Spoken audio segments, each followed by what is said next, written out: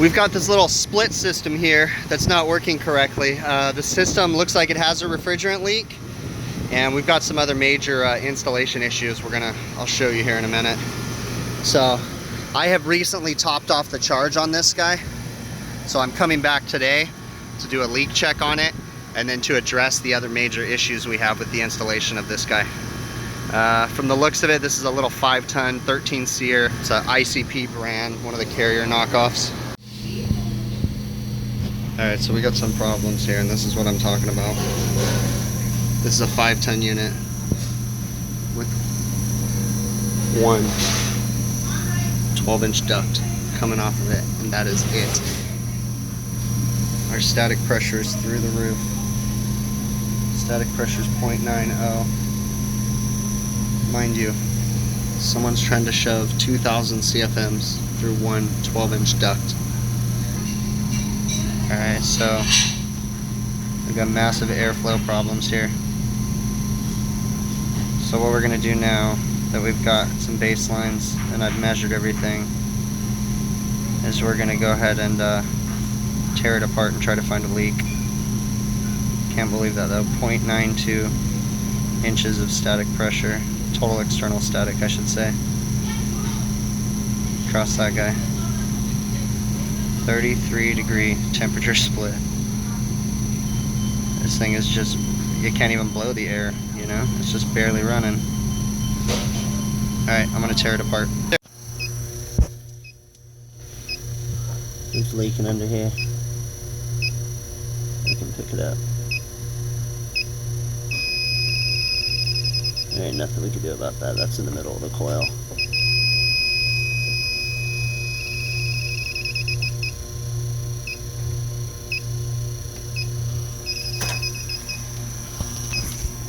This guy gets a new coil. When we quote the coil, we can quote some duct work. Get this fixed. I'd like to get a bigger filter than 1 inch on this guy too. So I'm thinking to put a 90 on this return, bring it down, so we can put a 2-inch filter on it.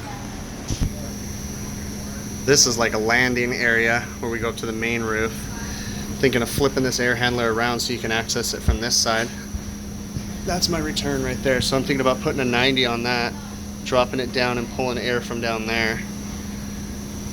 And then on the other side of this wall, I have a little bit of room to run some more supply ducts. It won't be easy, but I can run some more supply ducts that way. I can get 3 or 4 more 12 inches, or maybe even make that one a bigger, like 18-inch maybe.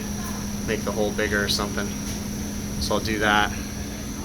And then maybe put a supply up in this area too. Okay, so let's do a little recap. I did a return visit on a split system that had a refrigerant leak. The last time I was out here doing service on something else, I noticed that it was low and it was all iced up. So while I was here last time, while I was working on their other AC, I shut this one down so that way the air handler would run and melt all the ice, and it did so. And then found that the unit was low on gas, topped off the charge, got it running, and then got them to create a new work order for me to come back. So I came back today, went through, diagnosed some massive airflow problems. 12-inch supply duct for a 5-ton unit, and that is it. Like, I just can't believe that. I cannot believe that someone would think that that is okay. One 12-inch supply duct. Absolutely asinine. Anyways, so we're running static through the roof. It's like 1 inch and some change.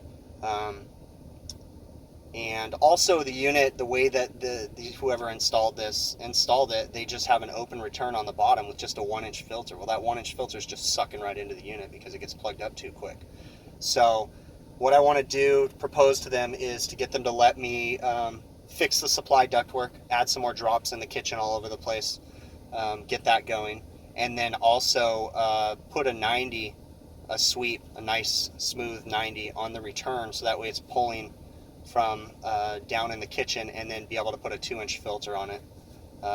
Can't really put anything more than a 2-inch filter, because if it was a residential thing, I would go in and put a bigger filter on it. But this right here, this filter is going to be changed basically every couple months, and it's going to be part of a contract price, and we can't put a 4-inch filter on there, so it just wouldn't be feasible financially. So we'll just put a 2-inch filter on it, and then but the big thing is I found the refrigerant leak. The refrigerant leak is in the middle of the fin pack of the evaporator coil on the bottom side of the A-frame triangle shaped coil. So it needs a new coil. So at this point, I'm thinking in my head it might even be easier just to change the air handler, because it's just a fan coil. So I'll look at prices and stuff. I'd be honest with you, I don't even know if I can get a 13 SEER. I don't really deal with the residential stuff very much, but I don't know if I can get a 13 SEER and a fan coil right now to replace what's here, because I'm going to leave the condensing unit on the roof, which is a 13 SEER. So we'll see. If I can get an evaporator and it's cheap enough, then I'll just put the evaporator in. We'll flip the air handler around so we can access it from the landing instead of having to climb over on the other side. Or we might just put a whole new fan coil up in there, and same thing, flip it over so we can access it from the other side, and then fix the ductwork issues. That's pretty much it. We'll submit some quotes and then see what happens.